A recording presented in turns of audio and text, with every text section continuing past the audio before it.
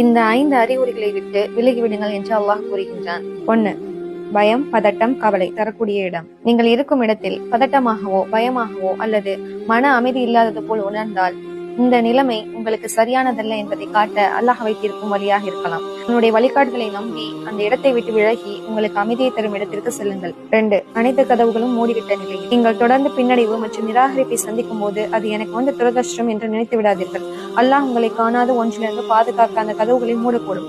அதன் உள்ளே நுழைவதற்கு பதிலாக இதை விட சிறந்த கதவை இறைவன் எனக்கு திறந்து வைப்பான் என்று நம்புங்கள். 3. உங்கள் ஈமானை பலவீனப்படுத்துவது. ஒரு நபரோ அல்லது ஒரு இடமோ உங்கள் தொழுகையை புறக்கணிக்க அல்லது அல்லாஹை மறக்க காரணமாக அது அமைந்தால் அதை நீங்கள் புறக்கணிக்க வேண்டும். உங்கள் ஈமானை வலுவாக வைத்திருப்பது மிக முக்கியம்.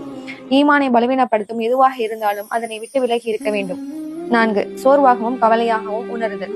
தொடர்ந்து சோர்வாக அல்லது கவலையாக நீங்கள் உணர்ந்தால் உங்களுக்கு சில மாற்றம் தேவை என்பதற்கான அறிகுறியாகும்.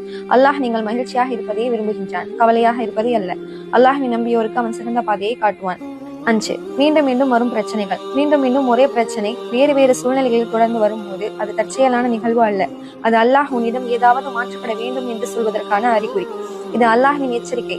இதை நீங்கள் உதாசீனப்படுத்தக்கூடாது.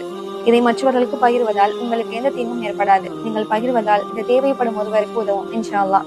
யாராவது ஒருவர் ஒரே ஒரு நல்ல செய்தியை பகிர்ந்தால் அதை யாராவது ஒருவர் பின்பற்றி அமல் செய்ய ஆரம்பித்து விட்டார்கள் என்றால் அந்த செய்தியை சொன்னவர் இந்த உலகத்தில் இருந்தாலும் இல்லை என்றாலும் கூட